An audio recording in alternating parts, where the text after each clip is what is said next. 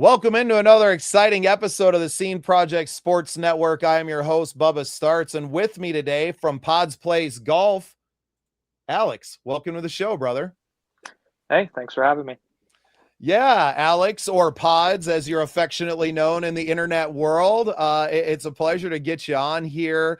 Talk some golf today. It's a little rainy here in South Dakota today, but the snow at least is holding off for now. And we're looking at maybe in the next 3 to 4 weeks getting on the course in the upper Midwest. But you're down in Texas where golf is a year-round sport. So California, actually. California. Okay. So you're out in Cali. Yeah. Same deal, right? Yeah. Unfortunately, Fantastic. though, the today and yesterday it's been pretty cold, windy, and rainy. What is cold to someone in California? Cold to someone in California would probably be realistically would probably be 50 degrees, but we're talking like 30 degrees with the wind right now. So, Yeah, okay, I'll give you that. We South Dakota obviously gets 50 below zero. So I know. I used to before I moved here back to California, I used to live in Kansas and Michigan, so very well aware. I've had tears freeze to my face while shoveling snow for my neighbors in Michigan, but it's a special kind of pain that you yes, only enjoy in the sir. Midwest. Yes, sir, it is. I love it, man. Well, before we get too much further into the conversation, would love to just give you the floor and have you give us a little bit of your backstory, how you got into the YouTube golf scene and creating content around that, and then we'll pick up the convo from there. Okay, so basically about a year and a half ago, I started this gaming channel called the Yarnum Pod, which was a game Bloodborne it was based around. And I would make content, whether it was boss battles or just basic lore videos. And it was just something to do, like a hobby. And about 4 months into doing that, I was like, I'm not really satisfied with this. I tried doing game reviews with it, and I was just like, this isn't really something I'm enjoying. But I also was well aware because this was like, I looked at my body at the time and I'm like, I don't really feel good either. So let me go outside and just try and get a hobby, you know? And I looked at golf and I was like, well, this is a great way I could lose weight and not really think about losing weight because I'm playing a game.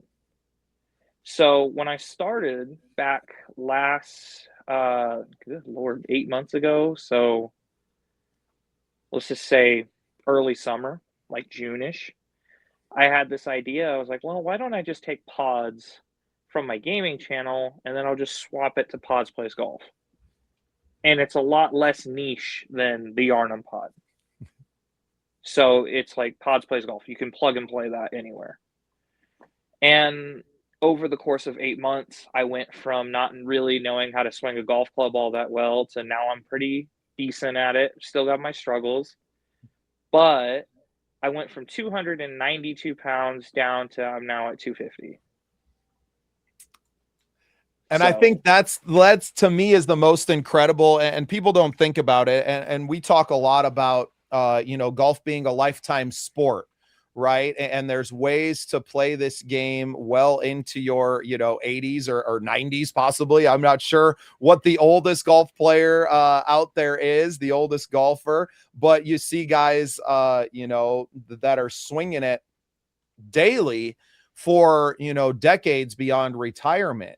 And I don't think enough of us think about, especially if you're out there walking the courses and carrying your clubs and doing that, how it can be a weight loss journey. And I love that you kind of focus on that, and congratulations, losing 40 pounds right in less than a year. That's huge, man. That's huge. Or maybe a little less huge. I see what you did there, but I can attest to this much. It is there are old timers out there that are probably about twice my age, 3 times my age, that can still swing that stick like they're 2010 Rory. Okay. Now, as far as their back and their knee pain goes, I don't know if they could do 72 holes, but they can definitely wax you on a 9-hole match. So And it's still fun, and it doesn't feel like working out, right? no, It doesn't feel you're playing a game, you're playing a very frustrating, game at times, but the elation, for me, and especially and I'm not, pro or I would even say a good golfer by any means, but that one shot can change your whole day. That watching it, land in the middle of the fairway or sinking a 20-foot putt for a birdie once around is enough to keep you coming back to it. And I just love it. For me, I love the camaraderie on the golf course, the community that is built around not just people on your home course, but throughout the entire sport. Because for most of us, it's all the same. 99% of golfers out there are not playing to a level that they would be taking it professional, right? So it is about the camaraderie of knowing that this game can beat the best of them. And it's honing into that. And I think it's such an amazing sport. I'm very grateful to have people that sponsor our golf content. A huge shout out to the Skunked Golf Company. I got their polo on today. Look good even if your game stinks. And a huge shout out to Shank It Golf as well. We are ambassadors, each of us, for Shank It. And I think these companies get that, right? And especially the two companies that we're talking about right now, that it's not about being the best golfer on the course every day. It's about going out with your friends, having a great time, maybe crushing some beers out there and, pulling them out of your Shank It caddy and tagging along out on the course. It's about having fun and it's about yeah. being part of a community. Well, I'm a little bit partial to the West Coast, if you will. I know in South Dakota the laws may be a little different, but out here we have the little bit of California green, if you get what I mean. It's a little bit of green for the greens. Which So also fixed the skunked label. So all I'll say is this too is that I don't think people give golf, um, broadly speaking, the appreciation it deserves.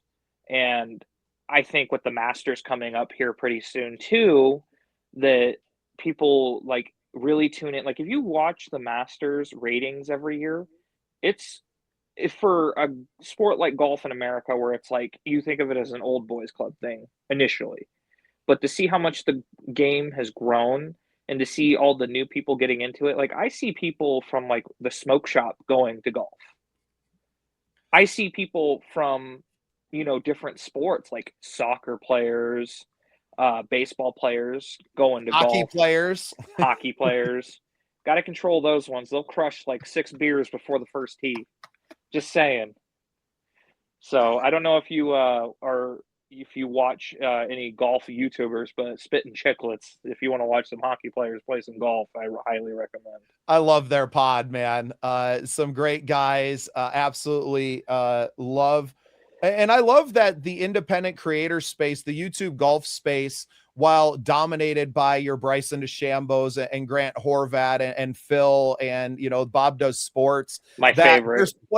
there's plenty of room out here for guys like us to create and build our own community online as well. It's You know, it's not very gatekeeping, this community, like the golf community, especially online. And I will credit this. I know he hates being called this Wonder Boy here, but Horvat has really opened up this space to people you wouldn't really see in this space 10, 20 years ago. Like, you wouldn't see a Fat Perez on the internet, guy who grew up in Richmond, a Joey Cold Cuts. In my opinion, my favorite YouTube golfer who's not of like the Bob Does Sports, Grant Horvat, all that, dude, Brad Dahlke. Like, the guy's a stand-up guy. We got to see him on the internet invitational, and not a lot of people people knew Brad from Good, but now they know Brad, and they get to go watch Brad and Sean do their thing, and I think that's awesome. yeah, and it's really just about finding people that you vibe with. If you're going to consume content these days, we have so many options out there that the world has changed, and especially over the course of the last decade. And I think that's why you saw the explosion of YouTube golf over really the last 5 to 6 years, that people just want to uh they want people they vibe with. And the reason that a Bob Does Sports and Fats and all these guys are so popular is because you see your friends in them, right? Like you see something of your crew inside of their crew, and this person reminds you of that, or whatever. And I think that it really encouraged me into getting into the YouTube golf space. Now, obviously, our sports network covers pretty much every sport under the sun, but it was very important to me to dip into the golf space because it's a sport that I love. It's something that I spend a lot of time doing during the summer. It's something that me and my wife can do together, right? It's not just for the boys. It's definitely a way that, and not just husband and wife, couples come together, but whole families, right? We love to take our kids out on the course and to have moments with them and teaching them the game very early in their lives. My son and daughter are 9 and 10, and for most of the last several years, they've just kind of come out there and walked and ran around, but they get to come up and putt and have some fun with us. And it takes that one shot to hook you. So, Pods, what was that one shot for you early in your golf playing career that was like, oh, I'm going to do this forever?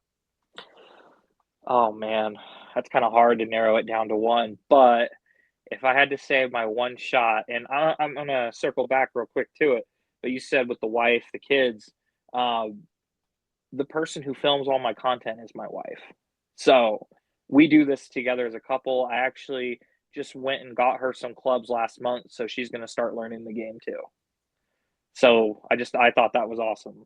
They're bringing that up, and I'm glad to hear that you were getting your kids into it. It's a game that I feel like a lot of young guys and gals could get into and enjoy. But my shot that I'd say that really like hooked me to the point where I'm like, oh man, this is my life now. Was 8 iron. It was a par. It was a par four, a pretty tight par four at Apple Valley Golf. Um, I had about 130 yards in. I had an 8 iron. At the time, I was playing these really souped up Wilson Launchpad twos because I couldn't swing very well yet, but I still wanted to enjoy the game. And I had aimed it slightly right because the wind was blowing left and it kind of sloped. And I popped it. It landed right on the green and it stopped for a second, but then it started rolling to the side and I stuck it to like a foot. And I'm just sitting there like, did I get that on film? And she's like, you did. And I'm like, did I really just do that? She's like, you did. I'm like, I'm gonna go tap that in. I tap that.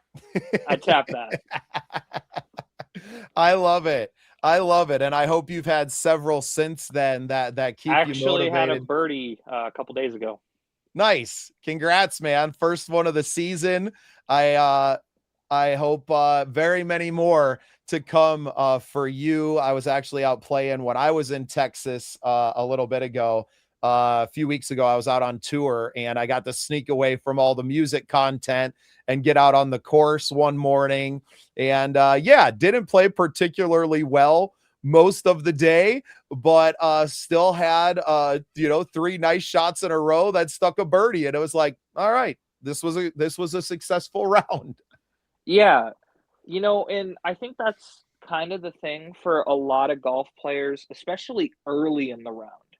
Like, it is hard to get going the first couple holes, and I think that's where a lot of people get super frustrated.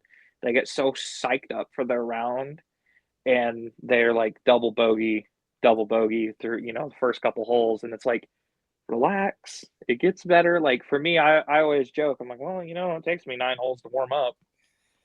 So, Pods, do you get out on the range before you start your rounds, or you just jump in the cart and go?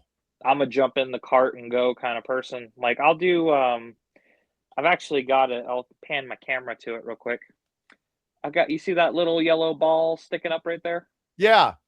That's a swing stick right there. So it's a weighted swing stick that you can buy. I got mine off Amazon, like 30-40 bucks. And it's weighted so you can get a few rotations and swings in there, and it's supposed to loosen you up like you went to the range. because I don't know about you, but I'm a superstitious golfer. I don't Ain't believe in the wasting those range good shots before. on the range, huh? Exactly. Because I'll see a beautiful range shot and I'll be like, I'm gonna shank one right into that pond because I hit it here, aren't I?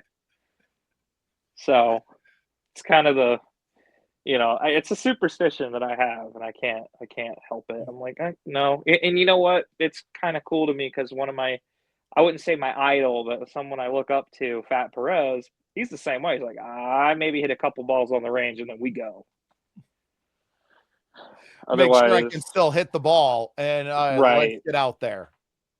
right. Let me put a club face on ball a couple times and go. But I don't really feel the need to go to the range most of the time because I feel like, you know what? I'm not a pro yet. I am striving to become a pro though. Um, but you have to level with yourself. Like golf is a game that will humble you very quickly. And if you have superstitions, that's okay. It's encouraged in this game. Stick to them. You'll be crazy, but no one on the golf course will think you're crazy. So like No, because we understand, right? That's kind right. of the brotherhood and sisterhood of golf is understanding the humbling nature of the game, and even the best in the world have a bad day. A guy that I think we all look up to in this golf space, John Daly. He was out here playing the Sanford International in Sioux Falls, South Dakota last year, an event I was very grateful that we got to go and cover and to be at. uh, you know, but I think he had one hole where he was like plus 18, right? Like, Yeah, I just saw kidding. that. No, and you look, know, if we're gonna talk about that, I feel bad bringing this up, but it is that time of year, so I feel that it's necessary. Who knows more about the best in the world and having it all right there and losing it than Jordan Spieth at the Masters? That yep. was rough. Yeah, well, and this game can but it teaches you a lot. And I would love to, if ever given the chance to talk to Jordan and to ask him about the comeback after that, right? Because in life, we all have times where it looks like we're on top of the world and then it all falls apart. And it's how you come back from that that shows you the man that you are. And I would love to talk about that mental space because I think that's the most important part of the game is that mental space, and how do you pull yourself out of it in the moment to get back on track, or when something as traumatic as doing it on the biggest of stages happens. How do you recover from that in a career, and you go to the next week, and these guys are playing tournaments every single weekend, some of them, right? How do you turn it around in a 72-hour span from Sunday to Wednesday or Thursday to say, all right, well, we got another chance to go out and win a tournament? Yeah, that's especially when it's like a major and you have that kind of implosion, you really get to see what someone's made of and like what's inside of them, like the grit. Because I don't know if you have watched this yet. I think it's on Netflix. Um, they have a golf docu series on there. I'm trying to think of the name, but one of the episodes was actually Jordan Spieth and Justin Thomas, and it talked about both of their rises from amateur golf to juniors all the way up to world number one in the Masters, and how Spieth had to watch JT go on that like 156-week run of being number one after he was number one. So it's if you want to know what's inside Jordan Spieth, I highly recommend going on Netflix and watching that docu series. It's incredible. I love it. And that was a big reason behind why I wanted to develop golf content on our network, was not just for that, because I'm an interviewer, right? I kind of mentioned it off camera that, my superpower is showing up and having conversations, right? It's not necessarily being out on the course or in the field and doing the thing, but it's in talking about it. And not that we can't talk about it while we're out there doing it and bringing that out there, but our platform is very much more about the conversations around the game.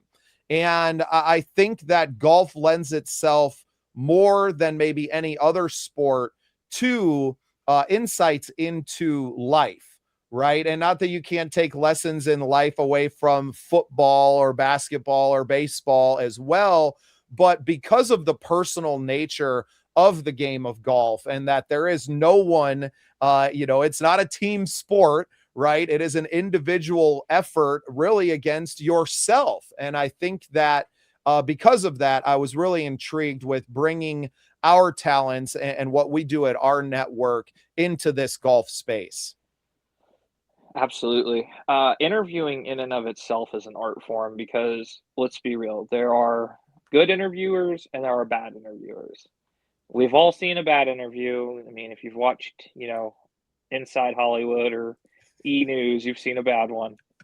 And if you've watched 60 Minutes and, you know, any form, I believe, of this is going to sound crazy for interviews, but Bob does sports videos. Bobby is a great interviewer. And he doesn't even sound like he's giving an interview. That's how good he is. Well, and I think that's the superpower to it, right? And my interview style is definitely loose and casual. I'm not here to grill you on questions, but I am interested in getting to know you as a human being beyond whatever you've done in sports. A case in point, at the Sanford International, I had the pleasure, the honor of taking part in their presser with Chris Carter, Rondé Barber, Sir Nick Faldo, right? And I'm sitting there talking to some of the best that have ever done it in their respective sports. And I'm one of like 6 reporters in the room, right? Asking questions. I got a half hour of these legends time. And That's got to funny be that surreal. my wife's favorite moment from that, and probably the biggest highlight of that, is I didn't come in with any planned questions. I never do that. I'm just kind of rolling with the conversation. And obviously these guys have all won Masters and US Opens. And I had asked of all of, of the golfers and Sir Nick Faldo, what is it like to, how does it compare from, winning the a Super Bowl to, winning a US Open or a Masters or one of the other major championships? And he grabbed the microphone and he's like, the other, because I had referred to the Open as one of the others because I had not chosen my words wisely enough. And the whole room had a good chuckle at my expense. I was laughing as well. The man's a knight. Who am I to, befell him? I didn't mean it to degrade the Open by any means, but it was a great moment. My wife is, elbowed me in the side as she's next to me filming, and like they're making fun of you. Is like, look, what a great moment for all of us involved to get a good laugh and to let the hair down a little bit and to be a little informal. And it's okay, right? We're all human. We make mistakes. I will admit my mistakes more than anyone, but I mean, it's something that I'll never forget. And thank goodness I got it all on tape, just in case I ever do. I can go back to that moment and be humbled again. Yeah, a lot of people don't give Sir Nick Faldo credit, but his dry wit is incredible. Oh, he's British, right? Like, come on, Oh, man. Like, I'd love to see him and Rory just have like someone just follow them around for 18 holes. That'd be gold. I'm gonna see if I can arrange that, right? That to me, that's what building this platform is. And we're, starting to build a show around what I call, executive level content, getting guys that are founders of companies and CEOs out on the course where we can have them in a little different setting, right? Instead of interviewing you in your office or something like, let's get out on the course and let's talk life and let's let the game kind of expose some things that maybe you would be able to hide when you're in the boardroom doing an interview rather than out on the course. How do you recover from a setback, and how do you recover from ending up in the sand trap 3 shots in a row?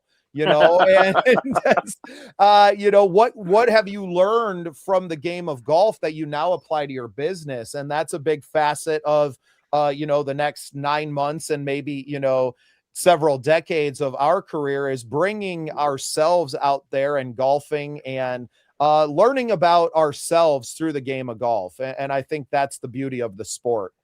Well, I will say this for any business CEOs out there or small business owners that are starting up their own thing. If you get into the sand trap 3 times in a row, get yourself a 64-degree wedge, because you will get right out.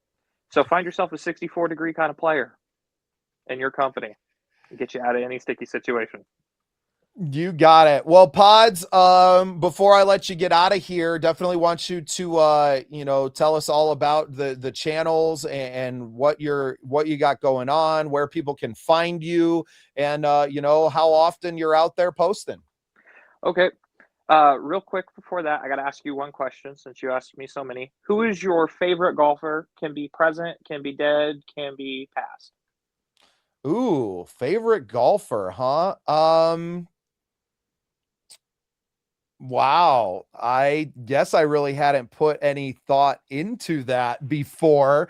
For me, I think someone who marches to the beat of their own drum, and we had brought them up earlier, and seeing now in his older age how supportive he is of not just guys that are on tour, but are in the creation space, and that's got to be John Daly. Yeah, I mean, John's a there goat. could not be, to me, a better ambassador for the sport. Now, everybody in golf may not like that because he's a little rough around the edges, but to me, that's someone that I think really embodies what golf can be. It doesn't have to be stuffy. It doesn't have to be uptight. It can be loose. It Right. can be barefoot. It can be a Hey, lot of fun.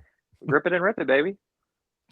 You And he's know? made a career out of it, right? And had a very successful touring career. And I think his celebrity continues to grow now because of his investment into the creator space and going Hey, out and being featured in movies now with Happy Gilmore too. And I just think it's incredible how he's been able to, and for years kind of being like the bad boy of golf, right? The guy who, had walks the up ripping a mullet. dart and goes out and crushes it, 350 plus Yeah. yards. So to me, I think that's my favorite, not necessarily for what he's done on the course, which What obviously he's he doing has for his the game. accomplishments there, but for what he's doing for the game and growing the game. And I think that in time, he will be recognized more for that than possibly anything that he ever did on the course. I absolutely agree. So for me, I'll make it quick. My favorite golfer, I have two. One posthumous and one that's present right now. My favorite current golfer is Rory McIlroy and Bryson DeChambeau. Those are my two. I can't. They're 1A and 1B to me. They both hit bombs and they're both hilarious. And what Bryson does for the game of golf and content creation is great. What Rory does as a PGA ambassador is amazing. But my favorite golfer who I try to model my game after, and unfortunately, I wish I could have got to meet him, but he lived such a long time ago, Ben Hogan. Just Mr. Fundamental. Ben Hogan. I As think Ben for Ben would probably tell you then, spend some time on the range, Pods, working on the fundamentals. yeah, I know he probably would. But if you want to see me do things on the range or on the course, you can follow me at PodsPlaysGolf on YouTube, Instagram, Facebook, and TikTok, as well as on Threads. And I also have a Facebook page. So if you ever want to come check it out and see how a high handicapper plays, getting on his journey to a low handicap and professional, come see me. I love it, Pods. Thank you so much for joining me today. A great conversation. I can't wait till we get a chance to go play around together, whether it's in California or I drag you up here into the Dakotas during the summertime. I think it would be a lot of fun to get out there and to co-create some content and to just hang out. And one Yeah. more shout out to a company that we're both ambassadors for, Shank It Golf, a great company, and got some really fun stuff for us that are, not looking, we're looking to make a statement on the course, but not with our game. And of course, I have to thank our sponsors here at the Scene Project Sports Network, Skunked Golf Company. Look good, even if your game stinks. It's all about having fun and being part of this beautiful community we call golf. Alex, thank you so much for spending some time with me, man. And thanks for being part of the scene. Hey, thanks for having me. Hey guys, I just wanted to pop in and tell you about a great new company that we just started working with. Skunked Golf Company out of North Dakota sent us some awesome gear. Man, they got some great stuff, y'all. They got some awesome hats. They sent us some great polo and collared shirts, some t-shirts, skirts for the ladies too, and some sweet visors. Go check them out. Skunked Golf online.